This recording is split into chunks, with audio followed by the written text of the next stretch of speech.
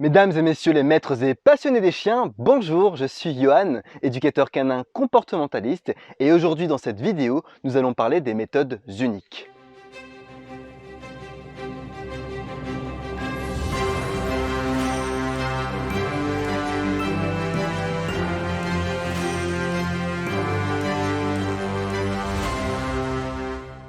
Par méthode unique, j'entends le fait tout simplement de valoriser et d'employer pour l'éducation ou la rééducation des chiens une seule et unique méthode, une seule et unique approche en dévalorisant les autres techniques pouvant être utilisées dans le même milieu. Les méthodes uniques peuvent être très bien utilisées dans l'éducation positive comme dans l'éducation coercitive. Le but étant en fait d'avoir un professionnel qui ne propose qu'une seule et unique méthode, qui peut se vanter d'ailleurs d'avoir trouvé une méthode universelle. On entend souvent de parler de la méthode pouvant répondre à tous les problèmes, peu importe la race, peu importe l'âge, peu importe le vécu de tel ou tel chien. En général, quand vous avez un professionnel ou un regroupement de professionnels qui vont proposer une seule et unique méthode, c'est que vous avez soit des personnes qui essaient de se trouver une identité, c'est-à-dire nous marchons comme ça et pas autrement, soit vous avez des personnes qui sont clairement dans la communication. Par exemple, ils vont vendre leur méthode qu'ils ont élaborée et ils vont vous faire des pubs et des pubs, ils vont vous rabâcher ça, c'est-à-dire j'ai trouvé la méthode pouvant répondre à toutes les problématiques, ce qui se voit beaucoup maintenant sur Internet. Soit vous avez tout simplement des professionnels qui ont appris à marcher de cette façon-là et qui ne savent pas en fait comment marcher autrement et qui ont la flemme ou qui n'ont pas envie tout simplement d'aller se former et de découvrir d'autres approches, que ce soit pour l'éducation ou la rééducation du chien. Pourquoi est-ce que je suis contre la méthode unique? Eh bien tout simplement parce que je considère que chaque chien est différent. Chaque chien est unique de par sa race, sa morphologie, son âge, son vécu, ses expériences, l'environnement dans lequel il vit et surtout le maître avec qui il partage sa vie. Prenez avoir trouvé la méthode universelle pouvant répondre à toutes les difficultés de tous les chiens, peu importe leurs différences, c'est justement oublier leurs différences, oublier ce qui les différencie. En utilisant une méthode unique, en plus un professionnel peut très bien tomber dans son propre piège parce qu'en voyant que sa méthode ne marche pas sous tel ou tel chien, ils vont souvent faire preuve de mauvaise foi en disant que c'est la faute des maîtres, en disant que c'est la faute du chien, en disant qu'on ne peut plus rien faire pour lui, que c'est trop tard, etc. Sans chercher bien évidemment à trouver d'autres solutions et d'autres potentielles méthodes qui pourraient répondre aux besoins et aux problématiques de ce chien. En gros, on est souvent dans le registre de « je suis le professionnel, j'ai raison, tu es le particulier, tu as tort ». On peut généralement retrouver les méthodes uniques par exemple dans les clubs canins. Et attention, je dis généralement, je ne dis pas tout le temps. Il ne faut surtout pas faire de généralité, c'est important pour moi de le préciser. Il y a des très bons clubs canins qui font très bien leur taf aussi. Et c'est pour ça qu'on a des chiots qui à 4 mois arrivent au club pour le premier jour, ils veulent juste découvrir la vie, ils veulent s'amuser avec des petits copains. Et ben non, on a un professionnel qui vient lui mettre le collier étrangleur autour du cou, il va dire au maître c'est comme ça que ça marche ici, de toute façon vous ne pouvez pas faire autrement. Et c'est important cette phrase, vous ne pouvez pas faire autrement. C'est comme ça qu'on éduque un chien. Si vous ne voulez pas, si vous n'êtes pas d'accord, alors votre chien sera ingérable, alors vous ne serez jamais un bon maître, alors vous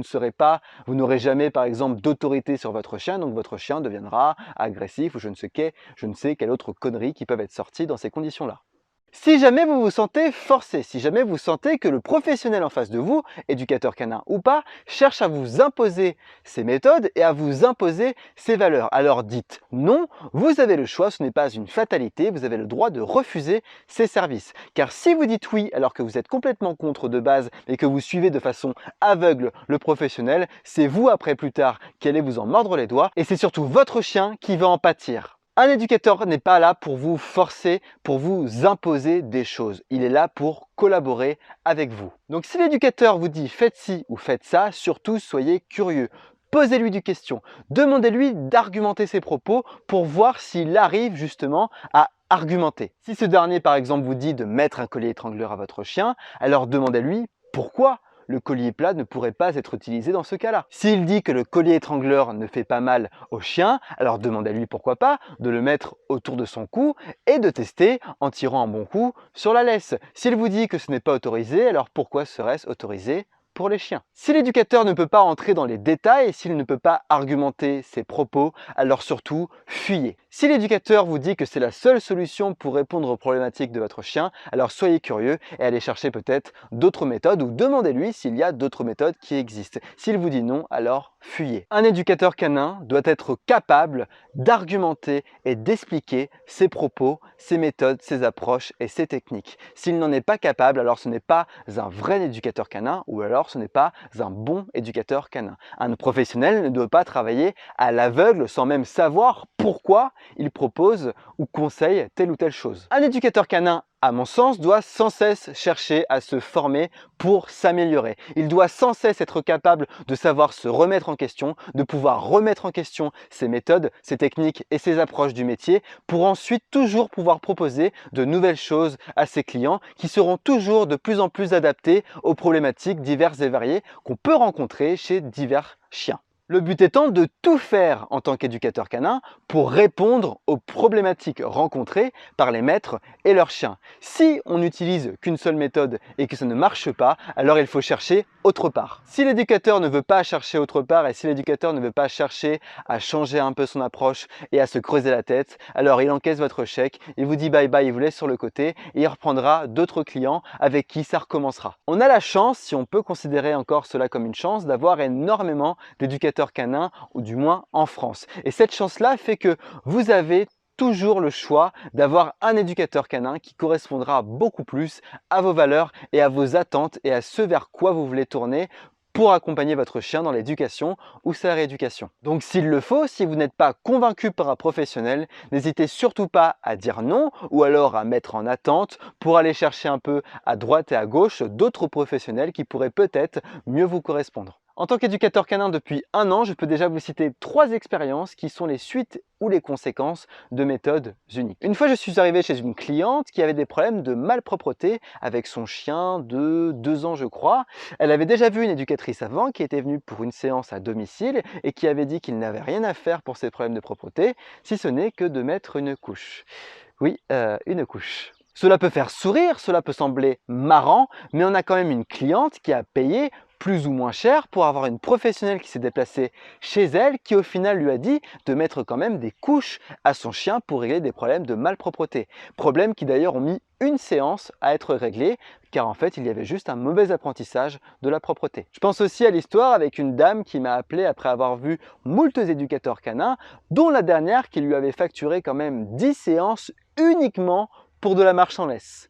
10 séances pour de la marche en laisse. Pour au final avoir un chien qui tirait à fond en laisse, mais surtout l'éducatrice canin, bien évidemment, lui a dit de lui mettre, et lui a vendu d'ailleurs, une laisse lasso en métal qui se met autour du cou pour que comme ça, quand le chien il tire, et ben ça l'étrangle. Sauf qu'au final, le chien tirait quand même. Et le premier jour où je suis venu le retrouver, j'avais un chien qui, au bout de 5 à 10 secondes de balade seulement, se retrouvait avec les yeux gorgés de sang et les mains de la personne qui tenait la laisse également, car la laisse aussi bien était en métal autour du cou que dans les mains. Pour cela, très clairement, on a conseillé de mettre un collier plat adapté à la morphologie et autour du cou du chien avec une laisse adéquate et surtout une laisse confortable pour le mettre, pour que le chien déjà n'ait pas à souffrir autant à tirer en laisse. Mais on imagine quand même que 10 séances pour la marche en laisse avec au résultat un chien qui tire toujours, un chien qui est de plus en plus réactif aux autres chiens et surtout un chien qui a mal parce que la laisse lui rentre dans le cou. Dernière expérience, j'ai une cliente qui avait vu un éducateur canin qui était venu à domicile parce que le chien faisait pas mal de bêtises au sein du domicile. L'éducateur canin a mis un collier étrangleur autour du cou du chien qui avait 4 ou 6 mois et à chaque fois que ce dernier faisait une bêtise, très simple, on prend la laisse attachée au collier et on pend le chien en l'air afin qu'il arrête de faire des bêtises. Spoiler alerte, le chien n'a pas arrêté de faire des bêtises et surtout on est sorti traumatisé. Parce que votre chien est unique, ne pas s'adapter à ses besoins, ne pas s'adapter à ce chien-là, ne va faire qu'engendrer du stress, de l'anxiété, ou de la peur chez ce dernier. En gros, on le détruit à petit feu. Attention, ce que je veux dire, c'est qu'il ne peut pas y avoir de méthode correspondant à tout le chien. Bien évidemment, un professionnel peut avoir de la chance et avoir une seule et unique méthode qui va marcher sur plein de chiens. Mais par contre, le jour où il va rencontrer un chien qui sera différent, sur lequel ses méthodes ou sa méthode ne marche pas, alors le professionnel va se retrouver bloqué et peut-être qu'il va insister, ce qui va empirer le chien, la situation du chien et ce qui sera beaucoup plus dur à récupérer pour, par exemple, l'autre professionnel qui reprendra les rênes ensuite. Très important de retenir que les méthodes prenant à avoir trouvé ou élaboré des méthodes uniques ou universelles pouvant répondre à toutes les problématiques de tous les chiens, ce n'est que du marketing, ça n'existe pas. Si vous avez un éducateur canin qui vous propose des méthodes qui sont violentes, demandez-lui et soyez curieux et osez le faire, demandez-lui pourquoi il n'utiliserait pas d'abord des méthodes bienveillantes et à la rigueur, dans le cas où toutes les méthodes bienveillantes qui pourraient être employées n'ont pas marché, alors à la rigueur on pourra utiliser sa méthode. Mais pourquoi alors utiliser la méthode violente dès le début et pas des méthodes bienveillantes? Tout simplement parce qu'en fait l'éducateur ou le professionnel ne sait faire que ça. Pourquoi utilise-t-il tel outil comme un collier étrangleur plutôt qu'un collier plat? Sait-il expliquer pourquoi, quelle est leur différence et surtout pourquoi un collier plat dans telle situation ne pourrait pas suffire? Pourquoi utiliser des méthodes coercitives plutôt que des méthodes bienveillantes? En gros, faites un petit topo dans votre tête quand vous rencontrez un éducateur. Est-il possible de répondre à 100% de vos questions et d'expliquer à 100% tous les conseils qu'il va vous donner? Est-ce que votre chien se sent bien avec l'éducateur? Ou a-t-il la queue entre les jambes à chaque fois qu'il voit l'éducateur? Est-ce que les méthodes de l'éducateur sont-elles dans le sens ou à l'opposé de vos valeurs à vous?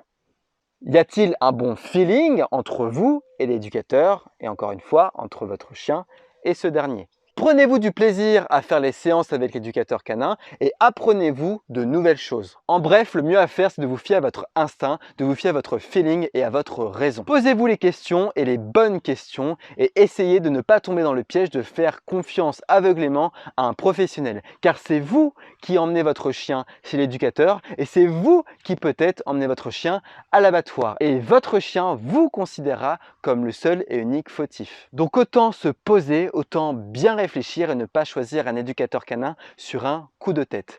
Pourquoi est-ce qu'on choisirait des méthodes qui utilisent la violence alors que la bienveillance et le respect du chien devraient être primordiales quand on a un chien et quand on l'aime? Il n'y a pas de méthode unique, il n'y a qu'un ensemble infini de méthodes et d'approches qui existent et qui ne demandent qu'à être exercées ou qui ne demandent qu'à être trouvées par les professionnels et j'essaie d'en faire partie en cherchant sans cesse à m'améliorer, en cherchant sans cesse à me perfectionner, à découvrir de nouvelles choses, voire à créer de nouvelles méthodes qui existent peut-être mais dont je ne suis pas au courant. Le but étant de répondre aux besoins de votre chien, à vos besoins à vous, de répondre à la problématique centrale qui a été exposée dès le début. Voilà, j'espère que la vidéo vous aura plu et qu'elle vous aura peut-être aidé à mieux suivre votre raison ou à réfléchir un petit peu plus longtemps avant de prendre un éducateur canin pour votre chien. Le but étant là de ne pas chercher à vous influencer mais à vous dire ma vision du monde de l'éducation canine et surtout ma vision des professionnels qui n'utilisent qu'une seule méthode ou un même type de méthode qui ne vont pas pouvoir du coup répondre à toutes les problématiques ou du moins à un maximum de problématiques par rapport à un maximum de chiens qui seront différents. Le but étant de considérer les éducateurs canins comme des personnes passionnées qui vont tout faire pour répondre à vos besoins, qui vont tout faire pour répondre aux besoins de votre chien et qui vont se démener corps et âme pour trouver des nouvelles choses si les choses qu'ils connaissent actuellement ne marchent pas. La pire chose pour moi en tant qu'éducateur canin, c'est qu'après qu'un client soit passé chez nous, les choses se soient empirées. Pour moi, c'est la pire chose. Et c'est pour ça que sans cesse, je cherche à m'améliorer. Je n'ai pas honte de demander à des collègues éducateurs canins leurs conseils, leurs avis et à m'inspirer de leurs expériences et peut-être des méthodes qu'ils ont apprises ou créées pour pouvoir m'améliorer et vous proposer à vous des conseils qui pourront être beaucoup plus adaptés, beaucoup plus précis des fois aussi, pour vous et qui pourront peut-être résoudre les problèmes de votre chien alors qu'auparavant, peut-être que je n'aurais pas de moi-même eu la solution. Mais c'est important aussi de savoir se remettre en question, de savoir avouer ses faiblesses, de savoir avouer ses torts et de savoir passer le flambeau si même il le faut. Le but étant que c'est le bien-être de vous et de votre chien qui sont primordiales ou du moins qui doivent être primordiales pour nous, éducateurs canins.